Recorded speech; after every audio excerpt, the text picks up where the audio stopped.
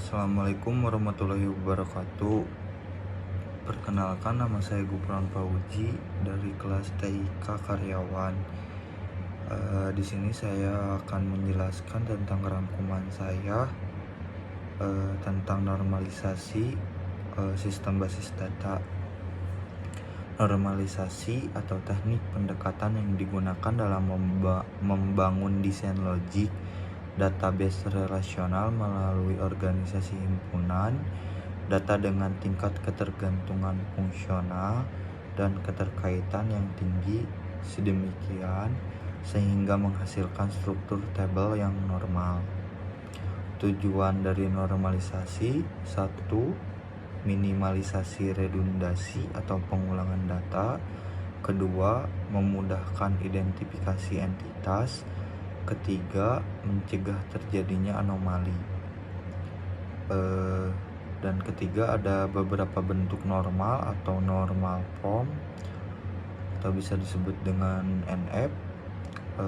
Kesatu ada 1 NF, kedua ada 2 NF, ketiga ada 3 NF, dan keempat ada BCNF. Selanjutnya ada lagi yaitu 4 NF, dan kelima ada 5 NF. Satu, saya akan menjelaskan tentang first normal form atau 1 NF. Suatu relasi disebut memenuhi bentuk normal pertama atau dalam kurung 1 NF jika dan hanya jika setiap atribut dari relasi tersebut hanya memiliki nilai tunggal dan tidak ada pengulangan grup atribut dalam baris. Kedua, bentuk 1 NF tidak boleh mengandung grup atribut yang berulang. Dan ketiga, tujuan membentuk 1 NF: 1. Semantic table menjadi lebih eksplisit atau dalam kurung say anything once. Kedua, semua operator aljabar relasional dapat diaplikasikan pada tabel. Dan kedua, saya akan menjelaskan tentang second normal form atau 2NF. Suatu relasi disebut memenuhi bentuk normal kedua atau dalam kurung 2NF jika dan hanya jika: 1. Memenuhi 1 NF. Kedua, setiap atribut yang bukan kunci utama tergantung secara fungsional terhadap semua atribut kunci dan bukan hanya sebagian atribut kunci dalam kurung fully functionally dependent. Kedua, untuk normalisasi ke bentuk 2NF, maka tabel 1NF didekomposisi menjadi beberapa tabel yang masing-masing memenuhi 2NF. Dan ketiga, bila terdapat ketergantungan parsial, maka sama dengan elements. Keempat, tujuan membentuk 2NF: 1. Semantic table 2NF menjadi lebih eksplisit atau dalam kurung fully FD. Dan kedua, mengurangi update anomali yang masih mungkin terjadi pada 1 NF. Dan ketiga, saya akan menjelaskan tentang third normal form atau 3 NF. 1. Suatu relasi disebut memenuhi bentuk normal ketiga dalam kurung 3NF jika dan hanya jika: 1. Memenuhi 2NF. Kedua, setiap atribut yang bukan kunci tidak tergantung secara fungsional terhadap atribut bukan kunci yang lain dalam relasi tersebut, atau dalam kurung tidak terdapat ketergantungan transitif pada atribut bukan kunci. Atau juga bisa disebut suatu relasi disebut memenuhi bentuk normal ketiga atau 3NF jika dan hanya jika setiap FD non-trivial sama dengan X ke A, di mana X dan A atribut atau dalam kurung kompositnya memenuhi salah satu kondisi, maka satu X adalah super K, dan kedua A merupakan anggota kandidat K atau dalam kurung bisa disebut juga frame atribut.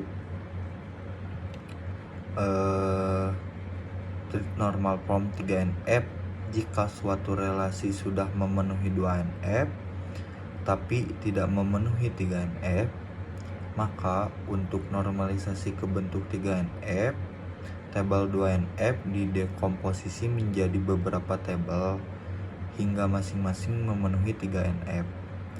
Tujuan membentuk 3NF: 1. Semantik tabel 3NF menjadi lebih eksplisit atau dalam kurung full FD hanya pada primary key. Kedua, menghindari update anomali yang masih mungkin terjadi pada 3NF. Catatannya, jika suatu relasi memenuhi 2NF dan hanya memiliki tepat satu atribut yang bukan kunci utama, maka relasi tersebut memenuhi 3NF. Dan keempat, saya akan menjelaskan tentang Boy's Code Normal Form atau BCNF. Suatu relasi disebut memenuhi BCNF jika dan hanya jika setiap determinan yang ada pada relasi tersebut adalah kandidat K. Kedua, definisi yang lain, suatu relasi disebut memenuhi BCNF jika untuk setiap FD non-trivial X ke A atribut X adalah super K. Ketiga, untuk normalisasi ke bentuk BCNF, maka tabel 3NF didekomposisi menjadi beberapa tabel yang masing-masing memenuhi BCNF. Tujuan membentuk BCNF: 1. Semantik multiply kandidat K menjadi lebih eksplisit dalam kurung FD hanya pada kandidat K. Kedua, menghindari update anomali yang masih mungkin terjadi pada 3NF. Dari definisi 3NF dan BCNF, maka apabila suatu relasi memenuhi BCNF, pasti memenuhi 3NF, tetapi belum tentu sebaliknya. Perbandingan antara BCNF dan 3NF itu selalu untuk mengurangi suatu relasi ke dalam relasi di 3NF, dan dekomposisinya adalah lossless. Kedua, dependensi dipertahankan, itu selalu untuk mengurangi suatu relasi ke dalam relasi di BCNF, dan dekomposisinya adalah lossless atau tidak mungkin mempertahankan ketergantungan. Perbandingan antara BCNF dan 3NF, contoh kasus redundasi pada 3NF. Jadwal, di dalam tabel ada NIM, modul, dosen, FD, dalam kurung dosen dan modul. Relasi ini memenuhi 3NF karena tidak ada ketergantungan transitif, tetapi tidak memenuhi BCNF karena dari dosen ke modul, maka dosen bukan kandidat K. Alternatif yang dilakukan adalah dekomposisi tabel menjadi not BCNF ke BCNF. Tujuan desain: 1. Tujuan untuk desain basis data relasional adalah BCNF, lossless join, dependency preservation, dan kedua, jika tidak dapat mencapai ini, menerima salah satunya, kurangnya dependency preservation atau redundansi karena penggunaan 3NF. Tahap desain. Praktis database kebanyakan menganggap bahwa tingkat normalisasi hingga BCNF atau 3NF dianggap sudah cukup untuk meminimalisasi masalah dalam desain database. Dalam kurung ada redundancy, lossless, dependency, preservation. Tantangan perancangan basis data. Desainer harus membuat kompromi desain yang dipicu oleh tujuan yang saling bertentangan. Ada 3 yang saya akan jelaskan. 1. Standar desain atau dalam kurung desain keanggunan atau kesetiaan. Untuk mengembangkan desain menjadi baik sama dengan tanpa cadangan, tidak berlebihan, pelestarian ketergantungan. Kedua, kecepatan pemrosesan dalam kurung kinerja dan kecepatan pemrosesan tinggi adalah prioritas atau teratas, bisa juga disebut dengan efisiensi. Kedua, meminimalkan jumlah dan kompleksitas hubungan atau tabel.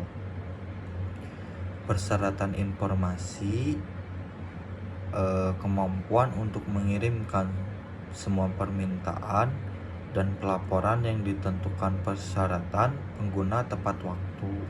Contoh bentuk kompromi yang populer, denormalisasi atau dalam kurung pelanggaran normalisasi. Denormalisasi desain standar versus dalam kurung processing speed, information requirements. 1. Normalisasi hanyalah merupakan teknik pendekatan yang digunakan untuk mendapatkan desain database atau dalam kurung logik yang baik dan bukan sebagai aturan baku. DBMS yang harus digunakan bersifat normatif, memungkinkan untuk dilanggar dengan alasan kecepatan proses atau efisiensi dan pelayanan informasi tepat waktu. Kedua, bentuk-bentuk denormalisasi. 1.